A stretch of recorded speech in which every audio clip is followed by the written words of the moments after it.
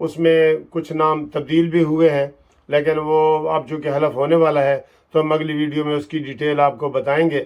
تو باقی جناب عالی حالات یہ ہیں کہ الیکشن کمیشن میں جو پٹیشن دائر ہوئی ہے وہ عطا بدیال صاحب نے لازمی چھکا مارنا ہے، اس کے لیے بالکل آپ ہوشیار ہو جائیں، وہ چھکا مارے گا اور وہ بھی الیکشن کمیشن بھی اس کے اوپر میرا خیال ہے مان جائے گا۔ الیکشن کمیشن کو کوئی انٹرسٹ نہیں ہے کہ لمبا کیا جائے، اور ایم کیو ایم والے بھی پھر مان جائیں گے جب سپریم کورٹ سے فیصلہ آئے گا تو ایم کیو ایم بھی مان جائیں۔ اور اندر کھاتے میں آپ کو بتاؤں، پیپلز پارٹی، نون لیگ اور یہ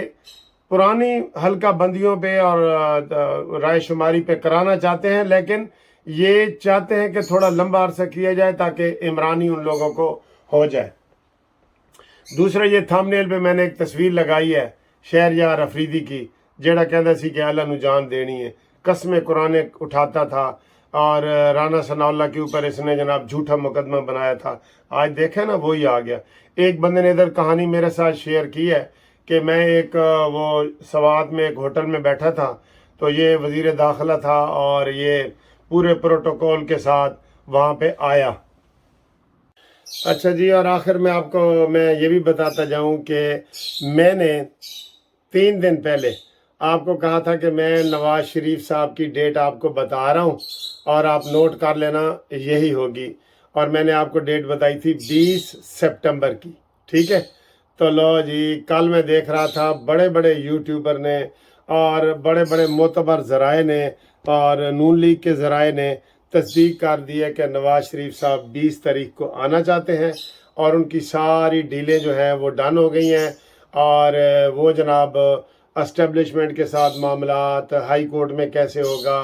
کہاں انہوں نے آنا ہے، لاہور میں، اسلام آباد میں، یہ وہ ساری تفصیلات آپ کو ہوں گی۔ اور وہ کہہ رہے ہیں کہ جناب نواز شریف آنے سے پہلے ایک بگ پریس کانفرنس کریں گے، اور یہ وہ موقع ہوگا کہ جب 4 سال کے بعد نواز شریف اپنے واپس وطن آئیں گے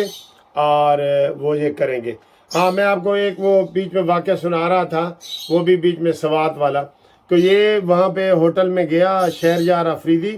اور اس نے جناب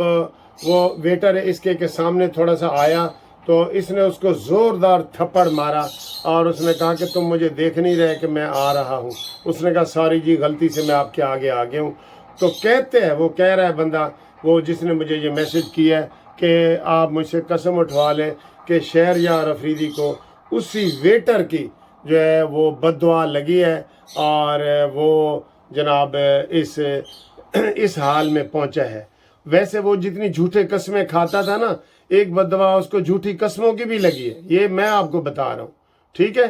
تو انشاءاللہ تعالیٰ اگلی ویڈیو میں آپ سے ملاقات ہوتی ہے، ملتے ہیں ایک نئی بریکنگ نیوز کے ساتھ۔ تو یہ بھی بریکنگ نیوز ہے کہ نواز شریف صاحب 20 ستمبر کو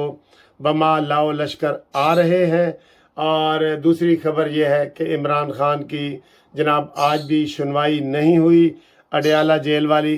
اور تیسری یہ ہے کہ 22 تاریخ بڑی اہم ہے، اور چوتھی تاریخ یہ ہے، ہاں ایک بڑی ضروری بات جو مجھے بھول گئی تھی، اور سر جی 3 ارب روپیہ زمان پارک سے غائب ہوا ہے، 3 ارب روپیہ، یہ بہت بڑی بریکنگ نیوز ہے۔ 3 ارب، میں ہمیشہ کہتا تھا کہ بنی گالہ میں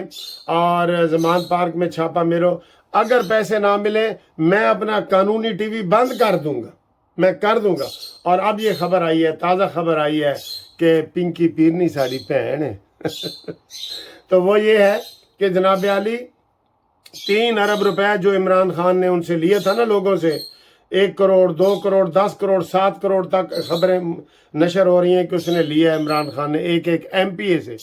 وہ 3 ارب روپیہ پنکی پیرنی نے غائب کر دیا ہے۔ پہلے کہہ رہے تھے جی پولیس والے لے گئے، انہوں نے پولیس والوں کو کہا ہے کہ لے جاؤ، جب عمران خان گرفتار ہونے لگا نا انہوں نے کہا لے جاؤ لے جاؤ، کوئی وہ کہہ رہا ہے بوریوں میں پڑے تھے، بوریوں میں، اور کوئی کہہ رہے ہیں کہ پنکی پیرنی اپنے گھر لے گئی ہے کہ اب مجھے عمران سے ہٹنا بھی پڑا تو میں ہٹ جاؤں گی، اور وہ 3 ارب روپے۔ یہ بہت بڑی خبر ہے جو میں آپ کو آخر میں دے رہا ہوں۔ تو باقی جناب عالی ساڑی گال مان لو، قانونی ٹی وی کو آج چینل کریں، آج 1,70,000 انشاءاللہ ہمارے پورے ہو جائیں گے، اور سبسکرائب کریں، چینل دوسروں سے بھی کریں، پسند آ رہا ہے تو کریں، نہیں آ رہا تو جناب علی معافی مانگتے، ہم بے شک نہ کریں، کوئی بات نہیں، ناراض بھی نہیں ہوتے۔ اوکے اوکے، اللہ حافظ۔